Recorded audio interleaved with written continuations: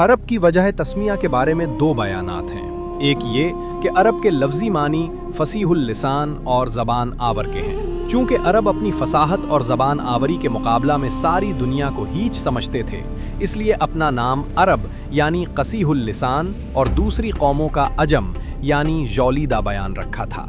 दूसरा ये कि अरब मुश्तक है अरब से, जिसके मानी दश्त व सहरा के हैं। चूँकि अरब का बड़ा हिस्सा दश्त व सहरा पर मुश्तमिल था, इसलिए सारे मुल्क को अरब कहने लगे। जोग्राफियाई शक्ल के एतबार से अरब जजीरा नुमा है, जिसके तीन तरफ पानी और एक समत खुश्की है। मगरबी में बहराए कुल्ज़म, आबनाए सुएज़ और बहराए रूम है। मशरिक़ में बहरे हिंद, खलीज फ़ार्स और बहरे उमान। जुनूब में बहरे हिंद। शुमाल की हुदूद बहुत मुख्तलिफ है। बाज़ जोग्राफियादान शाम तक इसकी हुदूद को वुसअत देते हैं। अरब की अब तक बाकायदा पैमाइश और मरदमशुमारी नहीं हुई है, लेकिन तखमीनी रकबा 12 लाख मुरब्बा मील है, जो जर्मनी और फ्रांस से 4 गुना है, और आबादी 1 करोड़ के करीब है। मुल्क का बड़ा हिस्सा रेगिस्तान और सहरा पर मुश्तमिल है। मुल्क भर में पहाड़ों का सिलसिला फैला हुआ है। इराक, यमन और शाम के खित्ते शादाब और ज़रखेज़ हैं। महल वक़ू के एतबार से हर मकाम की आब व हवा जुदा जुदा है, लेकिन उमूमन गर्म खुश्क है। अरब लिसानी तक़सीम के एतबार से सामी है। मुवर्रिखीन ने उन्हें 3 तबक़ात पर तक़सीम किया है: अरब बायदा, अरब आरिबा और अरब मुस्तारिबा। अरब बायदा वो कदीम तबका है जो तारीख़ी दौर से हज़ारों साल पहले मिट चुका था। आद व समूद की कौमीन इसी तबका से थी। अशआर अरब और बाज़ इल्हामी सहीफ़ों के अलावा किसी तारीख़ से उनके हालात का पता नहीं चलता। अरब आरिबा की, जो कहतानी कहलाते हैं, तारीख़ मौजूद है। ये लोग यमन के आसपास आबाद थे। यही लोग अरब के असल बाशिंदे हैं, और अरब की कदीम तारीख़ उन्हीं से वाबस्ता है। अरब में उनकी बड़ी बड़ी और तरक्की याफ्ता थी। उनके अजीमुश्शान महल्लात के खंडरात अब तक अरब में पाए जाते हैं, जो उनके दुनियावी जाह व जलाल के शाहिद हैं। तीसरा तबका अरब मुस्ताइरबा का है। ये हज़रत इस्माईल अलैहिस्सलाम की नस्ल से ज़ाहिर हुआ। ज़हूर इस्लाम के वक्त यही 2 तबके अरब में थे, और इस्लाम की इब्तिदाई तारीख़ उन्हीं से वाबस्ता है। अरब की दीनी तारीख़ का आगाज़ हज़रत इब्राहीम अलैहिस्सलाम से होता है। हज़रत इब्राहीम अलैहिस्सलाम से पहले सारे आलम में गुमराही और ज़लालत छाई हुई थी। रोए ज़मीन पर एक कौम भी खालिस अल्लाह की इबादत करने वाली न थी। इंसानों को माबूदी का दावा था। हज़रत इब्राहीम अलैहिस्सलाम के वतन बाबुल में नमरूद अपना मुजस्समा पजवाता था और कुव्वत के ज़ोर से अपनी माबूदी मनवाता था।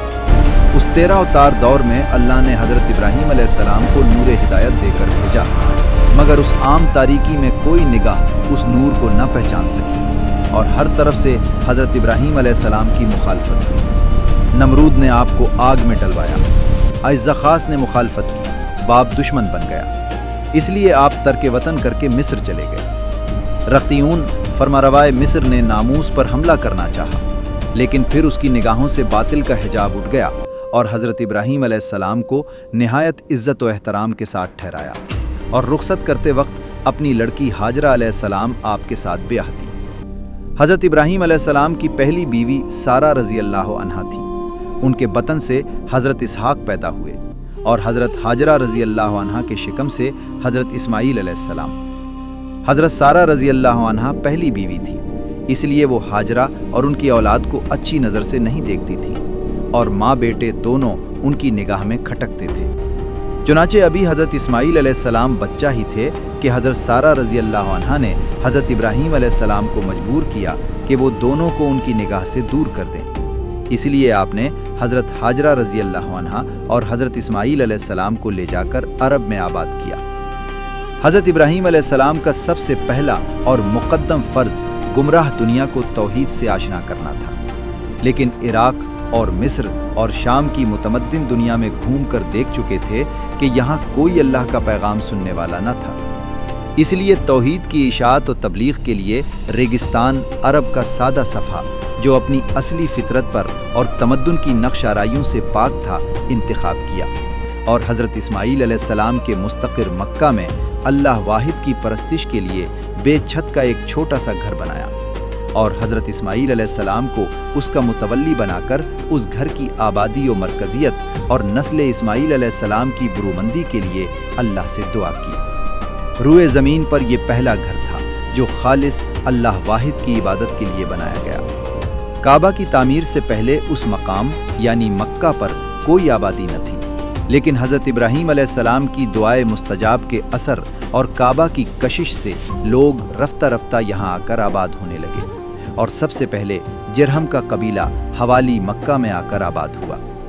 حضرت اسماعیل علیہ السلام نے اس قبیلہ کے سردار مزاز جرہمی کی لڑکی سے شادی کی۔ اس سے 12 اولادیں ہوئیں۔ ان میں سے نابت اور قیدار کی نسل نے بڑا دنیاوی جاہ و جلال حاصل کیا۔ حضرت ابراہیم علیہ السلام کی زندگی ہی میں کعبہ کو عرب میں مرکزیت حاصل ہو گئی تھی اور یہ سلسلہ چل نکلا تھا۔ چنانچہ حضرت اسماعیل علیہ السلام کے بعد کعبہ کی تولیت کا منصب ان کے لڑکے نابت کے حصہ میں آیا، اور 2 ہی پشتوں کے بعد آل اسماعیل علیہ السلام میں اتنی کثرت ہو گئی کہ حصول معیشت کے لیے انہیں مکہ سے باہر نکلنا پڑا۔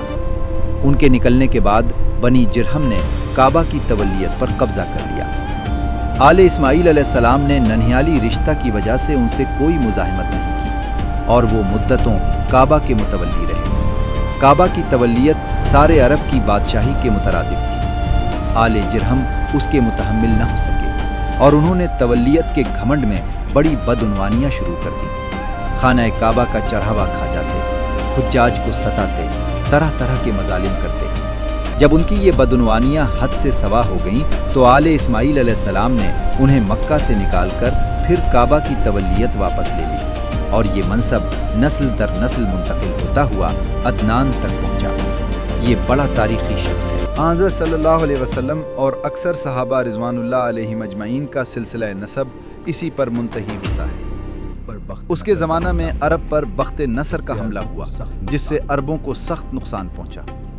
اس حملہ سے سنبھلنے کے بعد عدنان کی اولاد بہت پھیلی پھولی۔ ربیہ، مزر اور قضاء کے نامور قبائل اسی کی نسل سے تھے، جنہوں نے عرب کی پرانی تاریخ میں بڑی عظمت و شان حاصل کی۔ حجاز، نجد، عراق اور شام وغیرہ عرب کے تمام حصوں میں ان کی حکومتیں پھیلی ہوئی تھیں۔ ان کا خاص پیشہ چگا تجارت تھا۔